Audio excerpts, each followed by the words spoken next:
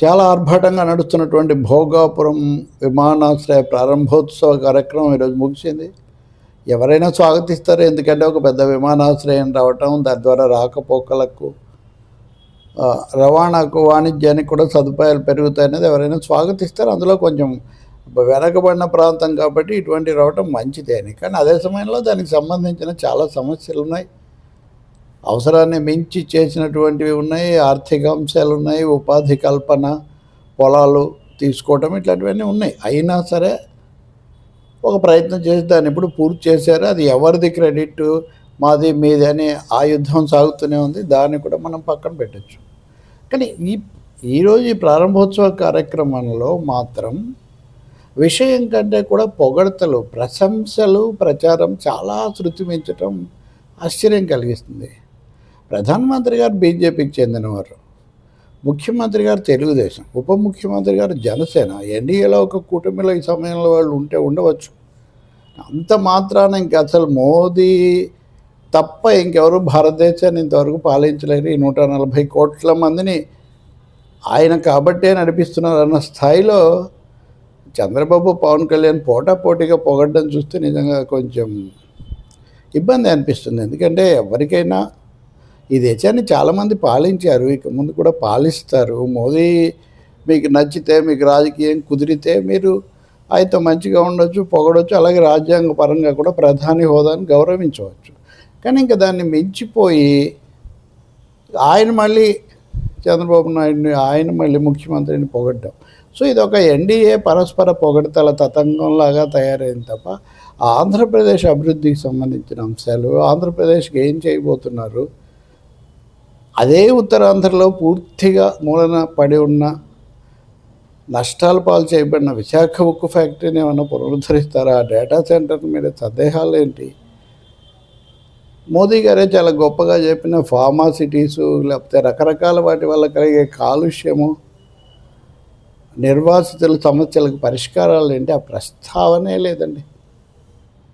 ఎంతసేపు పొగడతలు. విమానాశ్రయాలను స్వాగతించవచ్చు, కానీ వాటితోనే మొత్తం ఆర్థిక పరిస్థితి మారిపోతుంది అనుకుంటే, ఇప్పుడు మోదీ గారు చెప్పారు తమ హయాంలో విమానాశ్రయాలు రెట్టింపు అయ్యాయి అని, రెట్టింపు కంటే ఎక్కువ పెరిగాయని. మరి ఆ మేరకు అన్ని చోట్ల దారిద్ర్యం తగ్గిందా? అన్ని చోట్ల ఉపాధి బ్రహ్మాండంగా పెరిగి అక్కడ అభివృద్ధి పొంగి పొర్లుతుందా? వాటన్నిటినీ మనం చెక్ చేయొచ్చు. ఇప్పుడు ఆంధ్రప్రదేశ్లో గతంలో కూడా చిన్నవి పెద్దవి విమానాశ్రయాలు ఉన్నాయి, ఉమ్మడి రాష్ట్రంలో కూడా అంతర్జాతీయ విమానాశ్రయాలు ఉన్నాయి. వాటి వల్ల ఎంత ఇన్వెస్టర్స్ రావటము, లేకపోతే ఎన్ఆర్ఐలు రావటము, రాకపోకలు పెరగటము, సామాన్యులు కూడా ఇప్పుడు విమానాలు ఎక్కే అవకాశం కలిగించామన్నారు. మంచిదే, సాంకేతిక నైపుణ్యం ఒకటి, ఇవన్నీ పెరగటం కూడా దానికి ఒక కారణం. అలాగే రకరకాల వ్యాపార పద్ధతులు రావటం వీటి వల్ల. కానీ అవేవి జీవన యొక్క మౌలిక పరిస్థితుల్లో మార్పు తీసుకురావు అనేది అందరికీ తెలిసిన అంశమే. మీరు ఇంత లోతైన విషయాల సభలో చెప్తారు అని ఎవరు భావించరు. కానీ కొంతైనా కానీ నిజమైన సమస్యలు, దేశం యొక్క అప్పుల భారం, ఇప్పుడు ఇంధనం, దీనివల్ల గల్ఫ్ యుద్ధం, వాటి ప్రభావం, చాలా విషయాలు ఉన్నాయి కదా, ఏవి అసలు తడమలేదు. ఆంధ్రప్రదేశ్కు ప్రత్యేకించి విభజిత రాష్ట్రంగా మొన్న పార్లమెంట్లో చెప్పిన ప్రకారమే 6 లక్షల కోట్ల పైన అప్పులు ఉన్నాయి.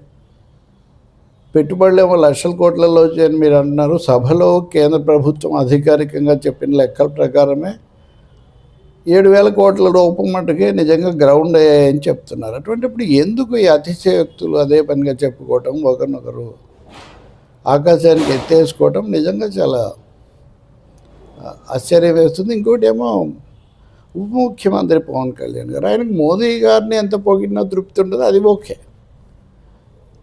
కానీ ఎంతమంది ప్రపంచమంతా సంచలనం అయిపోయిన తర్వాత కూడా బొద్దింకల మీద ఆయన ఇంకా యుద్ధం చేస్తున్నారు. ఆ పిల్లలు దారి తప్పిపోయారంటున్నారు. మోదీ ఎంతో గొప్పవాడు కాబట్టి వాళ్ళు తిట్టినా కానీ ఆయన సర్దుకున్నారని ఆయన సహనానికి నా జేజేలు పలుకుతున్నారు. నిజంగా ఇది రాజును మించిన రాజభక్తిలాగా తయారైంది అనడంలో ఏమాత్రం సందేహం లేదు. మోదీ గారు అవన్నీ చేస్తున్నారు నిజమే, కానీ వరుసగా 3 వీడియోలు చేశారు. ఆ విషయాలు పార్లమెంట్లోకి వెళ్ళి ఎందుకు చెప్పట్లేదు? ఉదాహరణకు ఒకే ఒక ప్రశ్న, ఎందుకు చెప్పలేదు పార్లమెంట్లో? అవే చెప్పుండొచ్చు కదా, మీడియాని పిలిచి చెప్పుండొచ్చు కదా, చెప్పరే. సోషల్ మీడియాలో చెప్తారు. దాన్ని బట్టే తెలుస్తుంది కదా, అవి ప్రచార ఉద్దేశం, దాన్ని అందిపుచ్చుకొని ఆ పార్టీ నాయకులు టామ్ వేస్తుంటారు. సో ఇదొక తంతు నడుస్తూ ఉంది. ఈ తంతులు, తతంగాలు పనిచేయవు కాబట్టే జంజీ తిరుగుబాటు అంత భారీ ఎత్తున జరిగింది. ఇప్పుడు ఎవరు అంత సంతృప్తి చెందడం లేదు కూడా.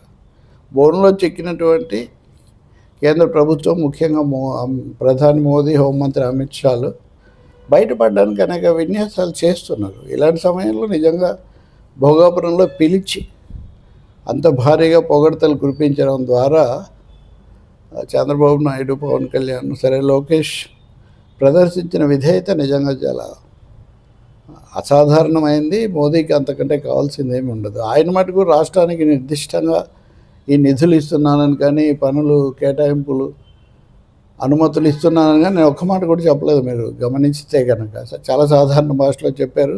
పైగా ఇచ్చిన దానికే మురిసిపోతుంటే, ఇప్పుడు వైసీపీ హయాంలో అన్ని నష్టాలు జరిగాయి, నాశనం అయిపోయింది అంటున్నారు. ఓకే, మీరు ప్రత్యర్థి పార్టీగా, ఓడించిన పార్టీగా అది మీకు అనిపించవచ్చు.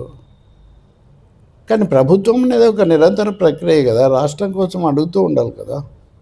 క్రెడిట్ యుద్ధాన్ని గురించి నేను చెప్పడం లేదు. ఇప్పుడు ఈ సమావేశం అయిపోగానే వైసీపీ వాళ్ళు సజ్జల రామకృష్ణారెడ్డి ఆయన మళ్ళీ మీడియా ముందు వీడియోలు వేశారు. అప్పుడు జగన్మోహన్ రెడ్డి ఎర్ర బస్సు అన్నది ఎందుకన్నారు, ఎవరో అమ్మాయి అన్నదాన్ని ఆయన మళ్ళీ వినిపించారు తప్ప ఆయన ఏమీ అనలేదని. అంతకంటే ముఖ్యంగా పవన్ కళ్యాణ్ ఇన్ని వేల ఎకరాలు తీసుకొని ఏం చేస్తారని మాట్లాడిన వీడియో కూడా వేశారు.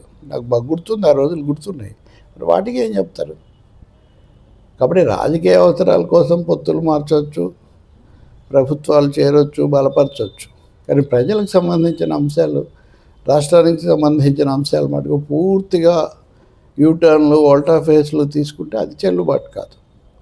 అలాగే ప్రత్యర్థుల మీద ఉండేటటువంటి విమర్శలు, వైరుధ్యాలు అవే మొత్తం నడిపిస్తాయన్నట్టుగా కూడా భావించకూడదు. ఉత్తరాంధ్రలో చాలా సమస్యలు ఉన్నాయి, ఆదివాసుల సమస్యలు ఉన్నాయి. 13,000 మంది పిల్లలకు 2 రోజులు స్కూల్లో సెలవులు ఇచ్చి హింసా నృత్యం చేయించి గిన్నిస్ బుక్లోకి ఎక్కిస్తే నిజంగా ఆదివాసుల జీవితాలు దాంతో బాగుపడతాయా? హింసా నృత్యం ఇప్పుడు వచ్చిందా? చెప్పాలంటే ప్రచారము, సంతోషము, హడావుడి, హంగామా ఉండొద్దని ఎవరు చెప్పరు. కానీ అదే సర్వస్వము దాంట్లోనే మునిగి తేలాలనుకుంటే మటుకు పొరపాటు అవుతుంది.